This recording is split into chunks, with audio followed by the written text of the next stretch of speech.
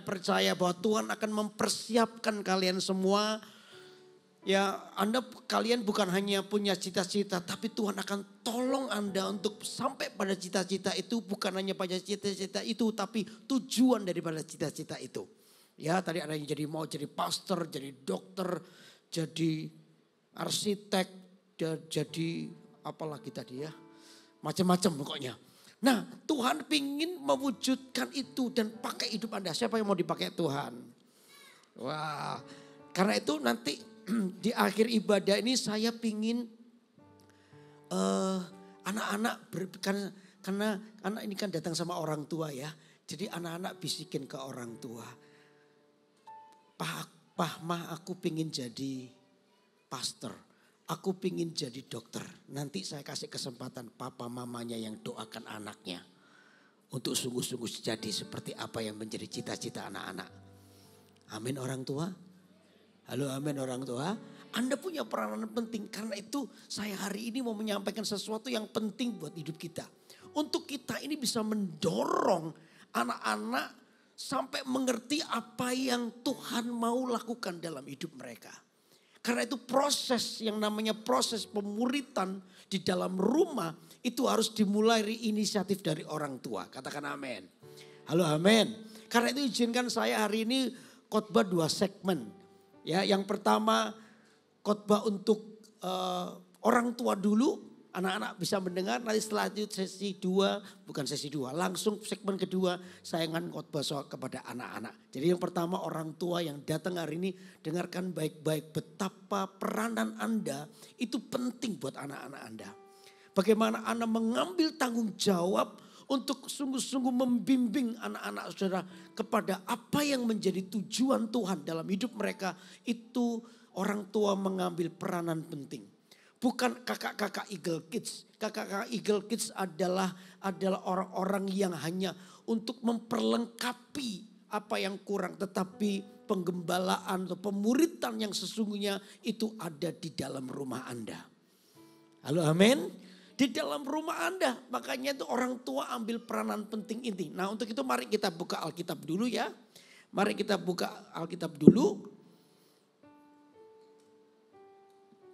Di dalam Matius pasal yang ke-19. Matius 28 ayat yang terkenal ya. Ayat 19 dan 20. Oke. Ayo kita baca ya. Matius 28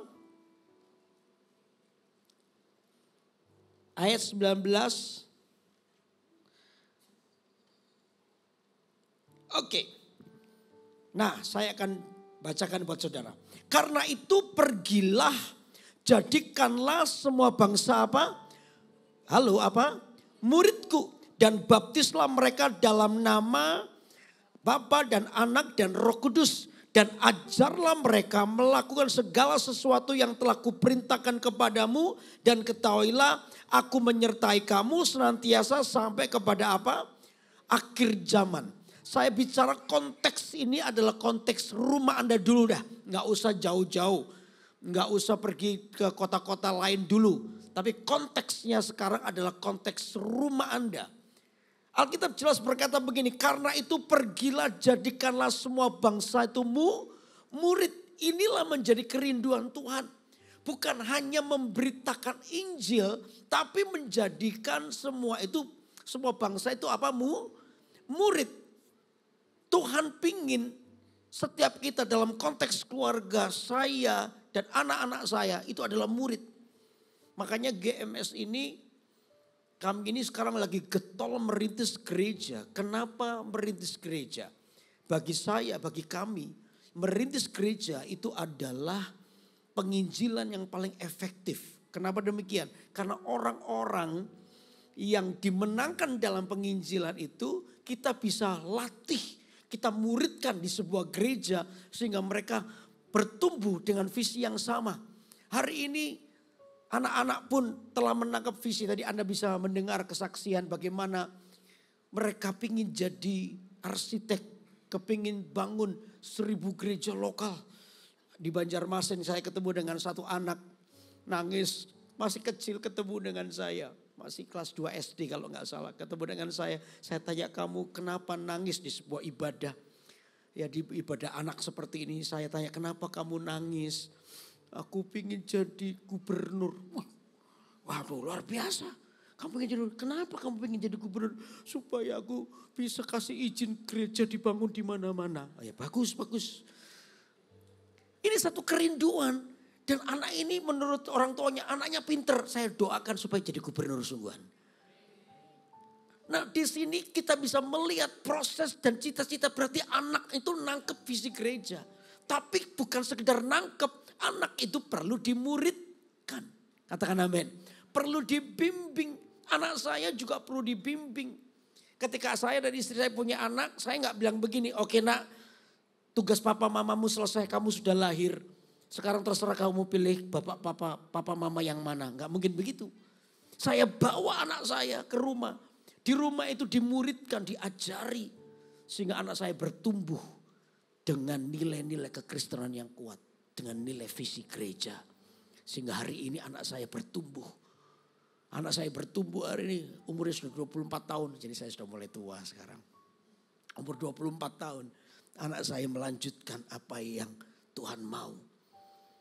Ya, dia kuliah, dia lulus kuliah. Sekarang dia menjadi seorang full time. Karena dia tahu bahwa dipanggil Tuhan jadi pastor. Lagi dalam proses. Tapi anaknya telah berjalan dalam jalurnya Tuhan. Anak saya yang kedua juga lagi kuliah. Apa kuliahnya? Saya sampai lupa. Susah kok. Apa? Digital media.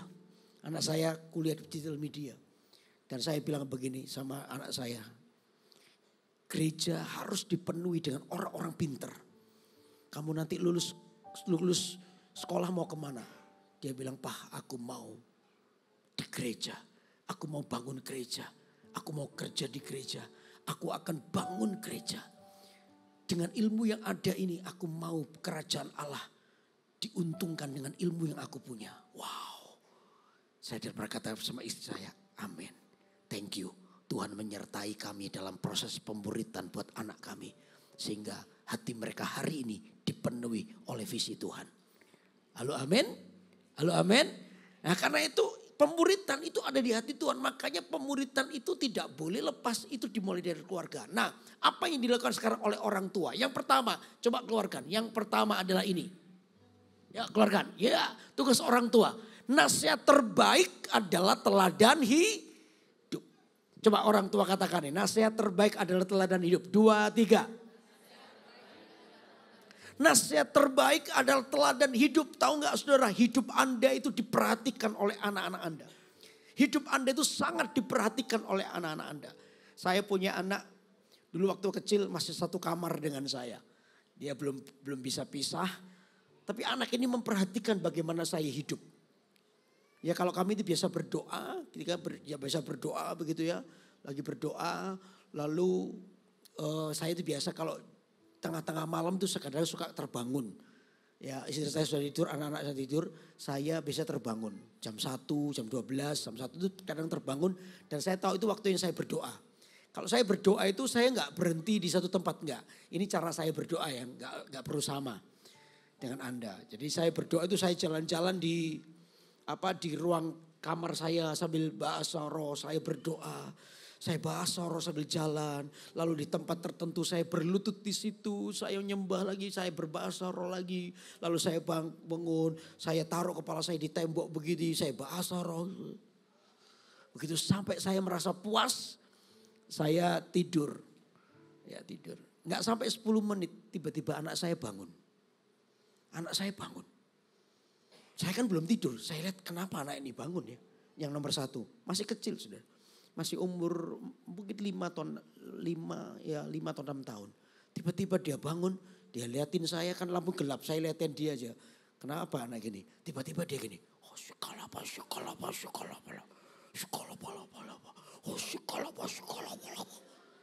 Loh itu kan cara saya berdoa. Ditiru oleh anak saya. Oh dia berlutut. Udah setelah itu dia tidur. Saya waktu lihat itu gemes. Mau tak cubit pipinya. Cuman saya biarkan dia. Rupanya anak ini melihat. Jadi nasihat yang paling baik adalah teladan hidup. Katakan amin. hidup Anda itu dilihat oleh anak-anak Anda. Anak-anakmu itu lihat bagaimana Anda memperlakukan orang lain, bagaimana Anda berbicara, bagaimana Anda bersikap, bagaimana Anda memperlakukan istri atau suami dan lain sebagainya. Anak-anak itu lihat. Jadi teladan hidup Anda perlu diperhatikan, katakan amin. Karena itu yang akan memuridkan orang lain. Kamu gak boleh ngerokok ya, kamu ngerokok ya, Anda sendiri ngerokok. Udah, Anda tidak akan jadi berkat. Berapa banyak anak-anak kecewa sama orang tua. Gara-gara orang tua gagal dalam teladan. Satu hari saya pernah buat salah. Jadi saya tuh kan rumahnya di daerah daerah waktu di Manado ya. Daerah Pineleng. Sekolah anak saya itu di bawah, di tengah kota. Jadi kami harus melewati garis jalan tuh yang berkelok-kelok. Jadi ada garis lurus dan garis potong-potong, putus-putus. Anak saya tanya, ini garis putus buat apa Pak? Oh garis putus itu boleh nyalip. Tapi kalau garis lurus nggak boleh nyalip kan? Ya oke. Hari itu kalau saya antar anak saya, kita ini suka mainan-mainan gitu. Udah garis putus dan lurus itu buat mainan. Nah, kalau lurus, ayo Pak tahan dulu nggak boleh nyalip ya, oke gitu. Putus saya nyalip Pak, oh nyalip saya gitu. Nah itu buat mainan kita. Sampai satu hari pulang, saya jemput dia sekolah, saya antar dia pulang. Nah di tengah-tengah jalan, kan rumah saya agak ke gunung itu, jadi jalan agak naik gitu. Maaf ya, tiba-tiba perut saya sakit sudah. Perut saya ini sakit. Waduh, udah, dan saya punya kelemahan, tidak bisa tahan kalau perut sakit. Jadi saya sudah ngiring tuh bengkok kanan, bengkok kiri sudah. Waduh, gimana ini? Nah pas tanjakan di depan mobil saya itu ada truk yang mungkin tahun 70 jalannya pelan banget. Wah saya mau nyalip gak bisa, saya malah begitu saya lihat kosong saya langsung nyalip. Gak tahu itu ternyata garis lurus. Anak saya lihat, lupa itu garis lurus. Papa kan gak boleh nyalip, kenapa papa nyalip? Kan papa bilang gak boleh nyalip, ini kok papa nyalip. Saya itu gak mungkin kan sudah separuh gitu tiba-tiba mundur lagi kan gak mungkin. Jadi saya tak terusin aja. Saya sudah gak bisa mikir karena kebutuhan mendesak di perut saya. Saya telepon dari rumah, tolong gerbangnya dibuka ya, cepat ya Pak. Saya tidak tahu. Anak saya protes terus, Bapak ini gimana? Papa kan ngacor, ini kan lurus gak boleh. Salip-salip kenapa Papa nyalip? Waduh, ngomel terus. Saya gak mikir, saya gak bilang begini saya gak mungkin gini. Nah, Papa itu kebelet, nanti kalau ngebrok di jalan gimana? Kan saya gak bisa jelas gitu, saya diem aja. Ya Tuhan ampuni saya. Akhirnya saya sampai rumah udah langsung tepat sasaran tidak begitu selesai saya tahu anak saya marah. Dia ada di situ. Dia mencucu itu mulut sama hidung balapan. Saya gak banyak ngomong, saya gak banyak alasan apapun. Saya langsung duduk di sebelahnya. Saya bilang, Kenny, Papa salah ya. Papa minta maaf sama kamu. Iya nanti kan ini jalan lurus, Papa kan gak boleh nyalip. Iya, Papa salah nak. Saya gak peduli, saya punya alasan tapi saya gak akan jelaskan alasan saya. Saya gak tapi kan Papa kebelet, nanti kalau gimana di jalan, gak gitu. Iya kan Papa salah. Lain kali Papa hati-hati, kalau ada kamu nanti Papa nuruti itu ya. Kalau ada kamu. Ya saya minta maaf. Saya berani untuk minta maaf. Orang tua harus belajar kalau Anda salah berani minta maaf. Halo amin. Berani minta maaf. Waktu saya minta maaf itu justru anak saya bukan meremehkan saya. Yang terjadi ini ketika saya belajar menunjukkan sikap rendah hati. Anakku juga belajar jadi orang itu harus rendah hati sampai hari ini. Kalau dia buat salah, apapun. Dia tidak menjelaskan apapun. Dia datang kepada saya. Pak, minta maaf. Salah. Hidup Anda itu jadi teladan. Nasihat yang paling baik adalah teladan hidup. Katakan teladan hidup. Amin. Lalu yang kedua apa? Yang kedua tugas orang tua apa? Yang kedua adalah kebangunan rohani tidak boleh berhenti di tangan Anda. Lihat kebangunan rohani tidak boleh berhenti di tangan Anda. Yang namanya pemuritan itu adalah melanjutkan kesinambungan di dalam kebangunan rohani. Jadi keselamatan itu bukan hanya pada generasi Anda, tapi juga kepada anak-anak Anda. Ini yang perlu kita pikirkan. Makanya 2 tahun lagi, tahun 2026 Pastor Philip sudah bilang bahwa kita akan meletakkan tongkat estafet kita kepada generasi berikutnya. Sekalipun tetap saya masih menjabat jadi gembala regional, tapi tongkat estafet mulai artinya kita sedang memberikan kesempatan untuk generasi berikutnya mulai muncul. Mulai muncul, saya sudah mulai menjadi pembimbing rohani. Dengan teladan hidup saya berikan nasihat, tapi anak-anak mulai diberikan kesempatan. Makanya termasuk anak-anak di Balikpapan, Anda diberi kesempatan untuk berkarya bagi Tuhan. Di gereja ini Anda dimuridkan. Di gereja ini Anda diberikan kesempatan untuk melayani. Halo amin. Halo amin. Karena itu orang tua harus mengerti ini. Pemuritan yang Yesus bilang jadikan bangsa murid itu artinya kebangunan rohani tidak boleh berhenti di tanganmu. Anda harus menjadi seorang yang berjuang keras supaya anak-anakmu mengenal Tuhan. Bukan hanya mengenal Tuhan tapi mereka mau hidup bagi Tuhan. Katakan amin. Ini yang terjadi. Makanya itu saudara di dalam pendidikan anak perlu Anda tahu ini. Alkitab berkata anak itu seperti anak panah di tangan seorang pahlawan. Perlakuan pahlawan, siapa sih pahlawan bagi anak-anak? Dalam konteks itu pahlawan bagi anak-anak itu adalah Anda orang tua. Perlakuan kita terhadap anak-anak itu menentukan. Perlakuan kita. Kalau sampai anak-anak itu diperlakukan dengan baik, maka anak panah itu akan jadi tajam. Anak panah mau jadi anak panah atau hiasan dinding, itu tergantung pahlawan yang melakukannya. Tapi kalau anak panah itu diperlakukan dengan baik, pasti ada 3 hal yang perlu dilakukan. Yang pertama, anak panah itu adalah anak panah yang dirawat, katakan dirawat. Dirawat itu artinya disayangi. Yang kedua, anak itu diasah. Diasah itu supaya tajam. Jadi diasah itu berarti didisiplin. Nah 2 hal ini tidak boleh pisah. Disayang dan didisiplin itu menjadi bagian yang harus berjalan bersama-sama. Kalau kita cuma menyayangi tanpa disiplin, anak kita akan menjadi anak yang manja. Kolokan besarnya. Tapi kalau kita adalah anak yang kita orang tua suka mendisiplin tapi tidak disayang, maka anak kita akan menjadi anak kepahitan. Jadi lihat sayang dan rawat atau sayang dan mendisiplin itu 2 hal yang berjalan bersama-sama.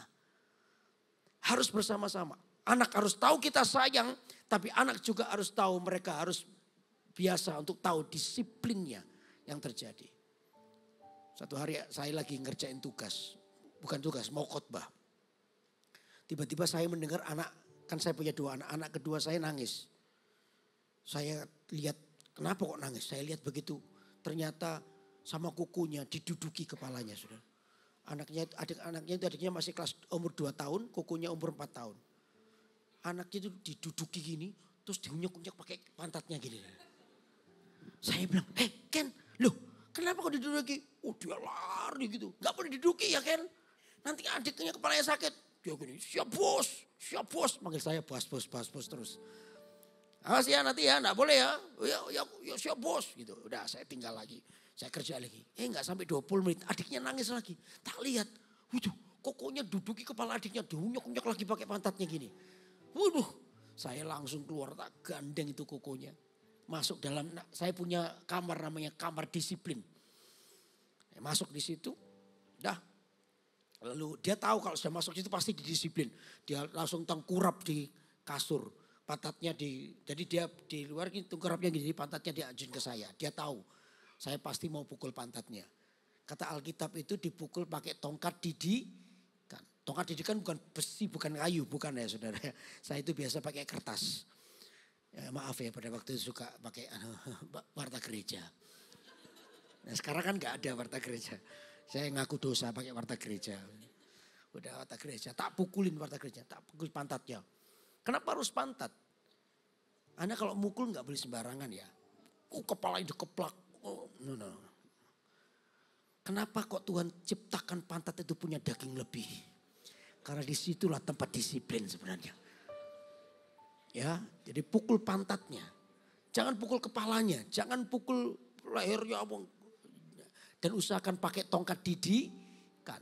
Alkitab mengajar pakai tongkat didikan. Jangan pakai tanganmu, nanti touch of handmu itu enggak dipercaya.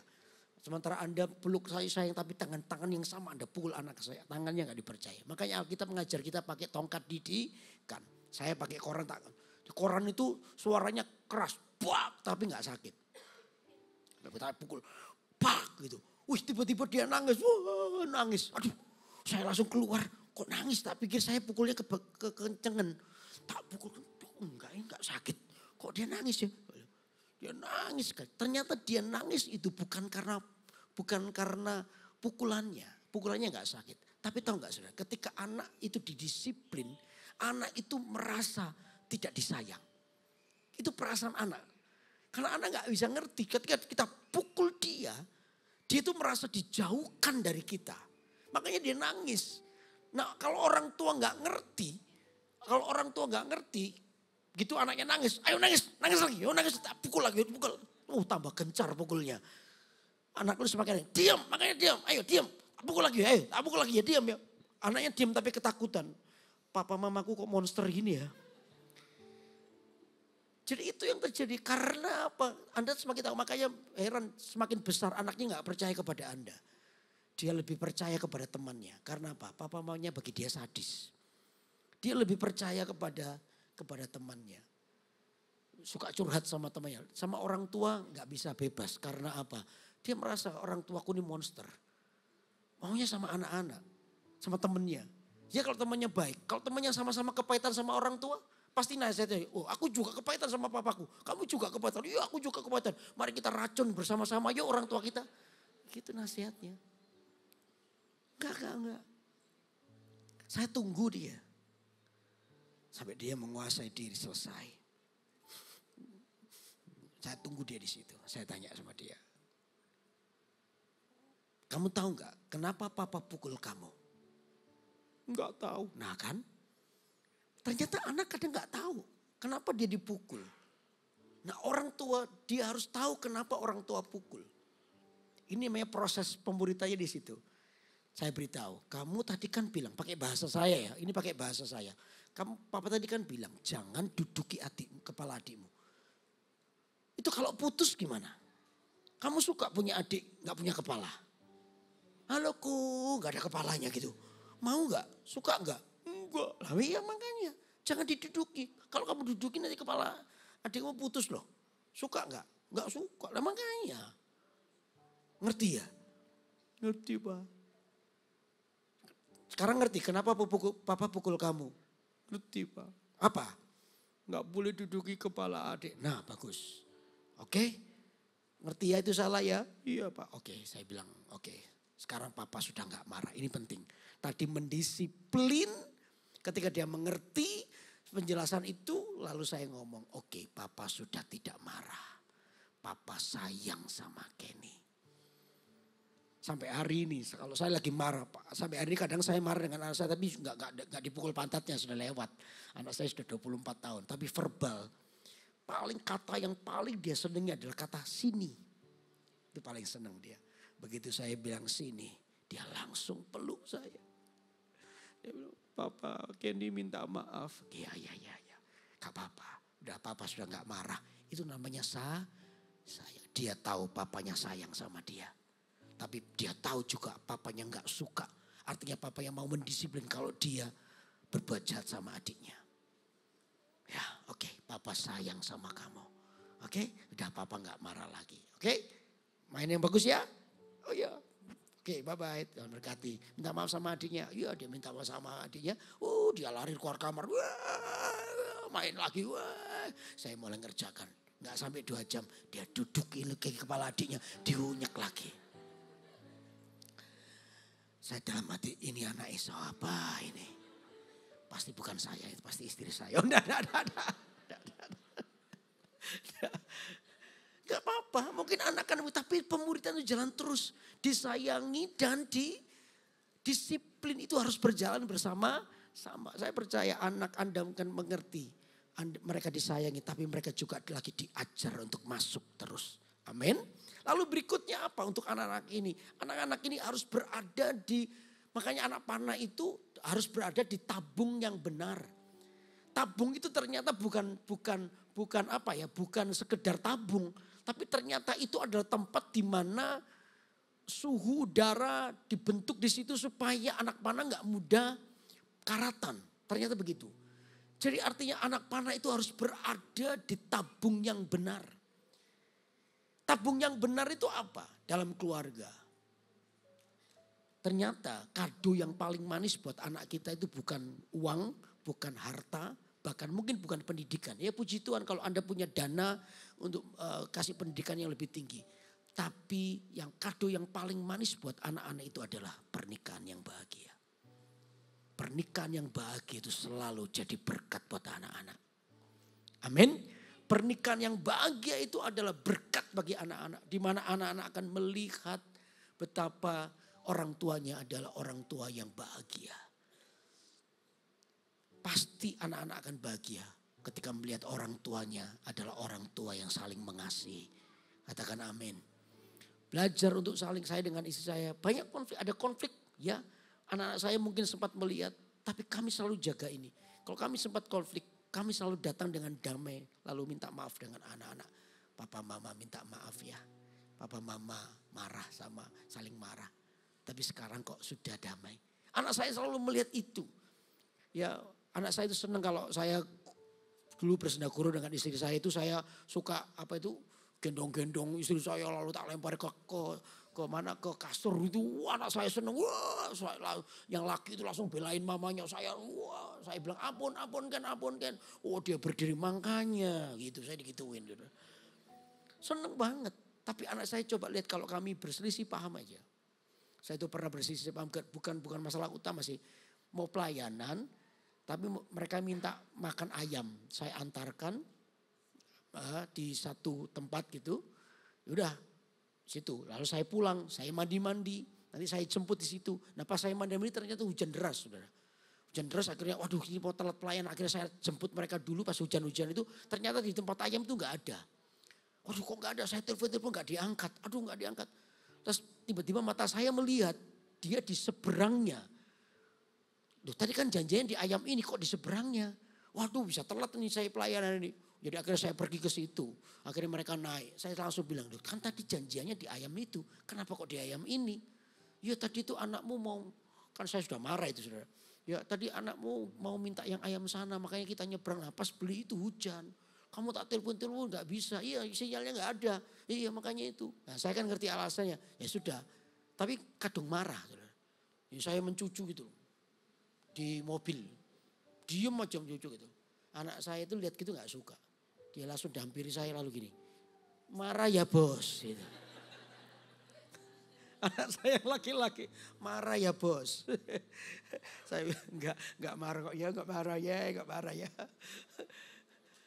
Pernikahan yang bahagia itu adalah kado yang manis buat anak Anda. Pernikahanmu yang bahagia itu akan menjadi berkat buat anakmu. Halo amin. Halo amin. Itu proses pemuridan. Yang ketiga. Saya agak cepat ya ini waktunya. Yang ketiga adalah, ini masih orang tua ya. Yang ketiga cepat ya. Yang ketiga apa? Nah orang tua mempersiapkan bahan, anak-anak membangunnya. Persiapkan bahan itu apa? Persiapkan bahan itu adalah ini saudara. Pertama tadi teladan. Ya, lalu yang kedua itu adalah nilai-nilai yang Anda mulai bangun sejak anak-anak. Nilai apa yang Anda bangun dan Anda hidupi itu pasti berbicara pada mereka. Halo amin. Itu yang Anda harus lakukan. Anda sedang menyiapkan bahan. Nanti eksekusinya adalah anak Anda. Percayalah nilai yang kita bangun kepada anak-anak itu tidak akan pernah sia-sia. Akan mereka ingat terus. Anak saya ini bikin dia kuliah di film. Ya, satu saat dia bikin film. Saya terkejut karena ketika dia tak tunjukin skripnya. Ya, skripnya ke saya. Halo. Ya. Saya tunjukkan skripnya ke saya kaget karena itu nilai-nilai yang saya ajarkan. Ada bahan yang dia bangun. Satu hari dia pernah kelas 2 SD. Dia pulang ke rumah dengan nangis. Dia nangis ke saya. Ken, kenapa nangis? Kenapa papa, pertanyaan ini, kenapa papa kok jadi pendeta? Loh, pendeta itu panggilan. Kenapa? Papa jadi pendeta itu panggilan Tuhan buat papa. Kenapa? Gak enak jadi pendeta. Anak pendeta. Loh kenapa kok gak enak jadi anak pendeta? Iya tadi aku rame di kelas. Teman-temanku bilang, anak pendeta kok rame? Gitu kan. Kalau saya nakal tuh guru-guru bilang, anak pendeta kok nakal? Gak enak Pak jadi anak pendeta. Saya bilang dalam diri saya, iya. Nanti kamu bangga kalau papamu ini pendeta nak. Hari ini kamu mungkin belum lihat, tapi nanti kamu akan bangga. Papamu adalah seorang pendeta. Saya berjanji buat diri saya, aku harus jadi teladan buat anakku. Supaya dia sungguh-sungguh melihat apa yang benar, apa yang baik. Dan puji Tuhan, saya sedang menyiapkan dia banyak hal dengan sebuah teladan hidup dan nasihat dan nilai-nilai. Sekarang hari ini dia pacaran, nilai saya kuat dalam dia. Nilai pacarannya adalah ini, kalau kamu mengasihi maka kamu menghargai. Artinya kamu tidak akan melakukan apapun sebelum waktunya. Mengasihi itu adalah menghargai. Kamu akan hargai wanita yang di sebelahmu ini. Terus kamu kasihi. Kamu tidak akan perlakukan maaf ya seperti wanita murahan. Gak akan. Karena nilai itu kuat. Kalau kamu ingin keluargamu diberkati mulai dengan pacaran yang kudus. Maka keluargamu akan diberkati. Dan nilai itu kuat. Sampai hari ini. Dia lakukan itu. Satu hari ketika dia semester terakhir kuliah. Dia datang kepada saya. Dia bilang, Pak boleh gak aku jadi pendeta? Saya bilang boleh. Dia nangis. Artinya anak ini tidak alergi dengan pendeta. Saya bilang thank you Tuhan. Paling tidak aku telah menyiapkan bahan buat hidupnya. Lalu dia akan mengeksekusinya. Daud itu menyiapkan bahan. Salomo membangun bait suci. Anda adalah orang yang menyiapkan bahan. Anak-anakmu nanti yang akan menghidupinya. Katakan amin. Halo amin. Jadi tugas orang tua di foto ya. Nasihat terbaik adalah teladan hidup. Bahan rohani tidak boleh berhenti di tangan Anda. Orang tua mempersiapkan bahan. Anak-anak membangunnya. Nah sekarang tugas anak-anak. Yuk anak-anak dengerin baik-baik. Sekarang tugas anak-anak ya. Oke yang pertama apa? Tidak mudah kecewa.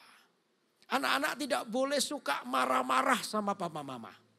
Dikit-dikit marah, dikit-dikit marah. Yuk, nggak boleh cepet marah. Marah itu temannya setan. Begitu kalian marah, iblis itu akan mencurinya.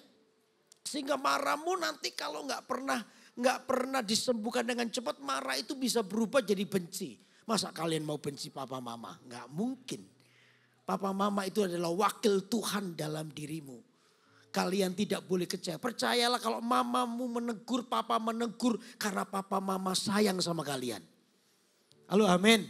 Supaya kalian bisa berjalan dengan baik. Teguran itu akan sungguh-sungguh membawa hidupmu kepada apa yang benar. Karena itu belajar menyendengkan telinga, dengarkan papa mama. Nasihat papa mama itu adalah seperti nasihat Tuhan dalam dirimu. Kalau kalian belajar menurutinya, saya percaya hidupmu pasti berhasil. Kata Alkitab kalau ada orang yang menghormati papa mamanya, ayah ibunya, dia akan panjang umur. Katakan panjang umur. Panjang umur itu bukan umurnya sudah tua, bukan. Panjang umur itu bicara soal berkat Tuhan menaungi hidupmu. Papa mama pingin kalian semua diberkati Tuhan. Amin papa mama. Anak-anak diberkati Tuhan. Nah caranya itu, makanya yang pertama yang saya nasihatkan adalah jangan mudah marah, jangan mudah kecewa. Jangan anggap papa mamamu jahat, bukan. Papa mamamu untuk menegur kamu karena papa mama ingin kamu diberkati oleh Tuhan. Siapa yang ingin diberkati Tuhan? Ayo, yang nggak kepingin nggak usah angkat tangan. Yang kepingin diberkati Tuhan angkat tangannya.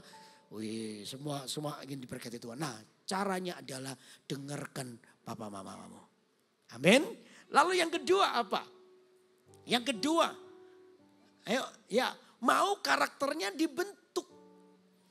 Yang kedua karakter, kenapa karakter itu penting? Gini loh saudara, anak-anak kalau kalian pingin berhasil, kalau kalian punya keahlian itu gampang sebenarnya. Karena kalian punya keahlian untuk jadi nomor 1 itu gampang di sana. Karena apa? Kalian punya kepinteran. Tapi untuk mempertahankan di atas itu, nomor satu bukan keahlian, tapi apa? Karaktermu. Banyak orang secara potensi pinter, tapi maaf ya, pinternya pinter bohongin. Banyak yang akhirnya dipecat lah, ditahan oleh, karena apa? Dia punya keahlian tapi dibuat untuk salah. Makanya karakter ini perlu dibentuk. Karakter itu bagian yang terpenting. Kalau saya misalnya ini ya, saya taruhlah iPad nih. Misalnya iPad tak kasih ke kamu ya, ayo sebentar, ini sini. Nggak dikasih sungguhan ya, nanti balikin. Sini kamu maju sini. Ya sini, oke. Ini pegang dulu. Nah, namamu siapa? Jason. Oke, Jason. Ini misalnya iPad-nya tak kasih ke Jason. Wah, Jason seneng. Taruhlah ini iPad paling hebat di dunia. Paling hebat di dunia. Lalu setelah itu kasih dia, kamu. Nah, jangan dikasih, dipamerin aja. Namamu siapa tadi? Namamu siapa? Petra lihat Jason bawa iPad tuh, Petranya seneng. Wah, kok dari mana kamu? Aku dikasih kok Yudi. Panggil saya susu atau om ya? Tuh, kasih susu Yudi, seneng begini. Wah Petranya, kok aku kok enggak ya? Nangis Petranya, begitu. Akhirnya dibina, kamu nama siapa? Ya, siapa ya? Yonas dipamerkan ke Yonas. Wah, Yonasnya pingsan gara-gara lihat iPad itu. Wah, bagus ya. Wah, Yonas. Terus kamu siapa namanya? Woi. Hah? Devon, kasih Devon. Wah, Devonnya tambah lari-lari begitu. Ya, tertarik begitu. Lalu saya lewat. Lalu Jason pamerin iPad-nya ke saya. Coba pamerin ke saya sini. Nah, gitu ambil ya, ini iPad-ku loh ya. Thank you ya Jason. Menurut saudara saya tertarik enggak? Menurut anak-anak saya tertarik enggak? Sama iPad ini tertarik enggak? Kenapa? Belum pernah beli, bukan. Karena ini adalah iPad-ku, betul enggak? Saya enggak tertarik dengan iPad ini karena ini adalah iPad-ku. Jadi Tuhan itu begini loh, kalau namanya karunia itu datangnya dari Tuhan. Percayalah, orang enggak boleh sombong dengan karunianya. Karena karunia itu datang dari Tuhan, betul enggak? Tuhan gak terlalu tertarik dengan karunia. Tapi Tuhan tertarik dengan karaktermu. Waktu harusnya Anda disakiti. Tapi Anda seharusnya bisa memilih membalas atau mengampuni. Kalian memilih untuk mengampuni. Menyayangi. Itu Anda sedang mempersembahkan sesuatu kepada Tuhan. Dan itu menarik perhatian Tuhan. Karakter kita dipersembahkan. Karena itu kalau papa mama lagi disiplin. Kalian tahu gak, karaktermu sedang dibentuk. Kalian harus berkata thank you buat papa mama yang membentuk karaktermu. Karena itu yang membuat kamu nanti berhasil. Halo, amin. Karena itu yang akan membuatmu naik dan itu yang membuatmu berhasil nantinya. Karena apa? Karaktermu mau dibentuk. Amin. Oke, karena yang ketiga apa? Nah, yang ketiga ini apa? Menjadi church builder. Menjadi pembangun gereja. Saya mau kepandaianku ini untuk kerajaan Allah. Aku mau ya Tuhan diberi kesempatan untuk sungguh-sungguh menjadi pembangun gereja. Saya percaya bahwa aku ingin terlibat dari apa seluruh menjadi pekerjaan Tuhan. Hari ini keahlian apapun yang mungkin nantinya Tuhan percayakan dalam hidupku. Satu ini aku ingin memuliakan Tuhan. Satu yang pertama ini, nama Tuhan harus dimuliakan lewat kepandaian yang ada dalam diriku. Halo, amin. Aku mau nama Tuhan ditinggikan lewat hidup. Karena itu kesempatan yang baik di gereja ini. Anda diberikan kesempatan untuk terlibat langsung di dalamnya. Sejak kapan? Sejak sekarang. Jadi orang itu harus punya target. Jadi orang itu harus tahu apa yang dituju. Kita ini bukan generasi yang nggak tahu nantilah. Bukan begitu. Tapi kita ini harus punya target. Punya sasaran. Saya mau jadi apa? Kalau mau jadi pastor sungguhan. Jadilah pastor nanti yang sungguh-sungguh. Kalau mau jadi arsitek, jadilah arsitek yang sungguh-sungguh. Halo, amin. Kalau mau jadi apa lagi? Jadi gubernur, siapkan diri menjadi gubernur sungguhan. Ya, dan saya percaya Tuhan itu sertai. Tuhan urapi. Karena itu hidupnya harus benar. Kalau kalian mau jadi berhasil, pertama karaktermu harus dibentuk. Karena itulah yang membuat hidupmu berhasil. Saya mau jadi church builder. Saya harus jadi pembangun gereja. Di Kalimantan ini saya gembala regionalnya sedang merintis 60 gereja. 60 gereja. Sekarang yang sudah berdiri dari 60 gereja itu ada 9 gereja lokal, 7 gereja satelit, yang lainnya perintisan di total itu 32 kota. Masih 32 kota, masih kurang 28 kota lagi. Saya berdoa supaya Anda semua, tidak harus semua jadi full time, tidak harus. Tapi Anda adalah orang-orang yang punya sumbangsih bagi kerajaan Allah di seluruh Kalimantan. Nama Tuhan ditinggikan. Halo amin. Saya nggak tahu sampai tahun berapa. Tapi saya akan melihat 60 gereja akan berdiri di seluruh Kalimantan. Dan saya mau jemaat yang terus berada dalam visi ini. Untuk melihat kemuliaan Tuhan dinyatakan. Karena itu saya persiapkan tuh anak-anak juga bisa terlibat di dalamnya. Karena anak-anak pun bisa dipakai oleh Tuhan. Oh, saya bisa melihat hari-hari ini. Saya ini sudah umur 52. Dulu waktu saya full time itu masih umur berapa ya? Masih umur 20, 21 tahun. 22 tahun lah sekolah Alkitab. 22 tahun. Saya itu sudah satu generasi lewat. Saya ketemu sama anak-anak yang dulu kecil-kecil. Contoh ya, Pastor Fuji. Anda tahu Pastor Fuji? Gembala kita di Jakarta. Dulu ketemu dengan saya, dia masih kelas 1 SMA. Masih culun. Ketemu kita, saya sudah full time, dia masih kelas 1 SMA. Oh, dia masih pelajar, dia masih suka main basket gitu.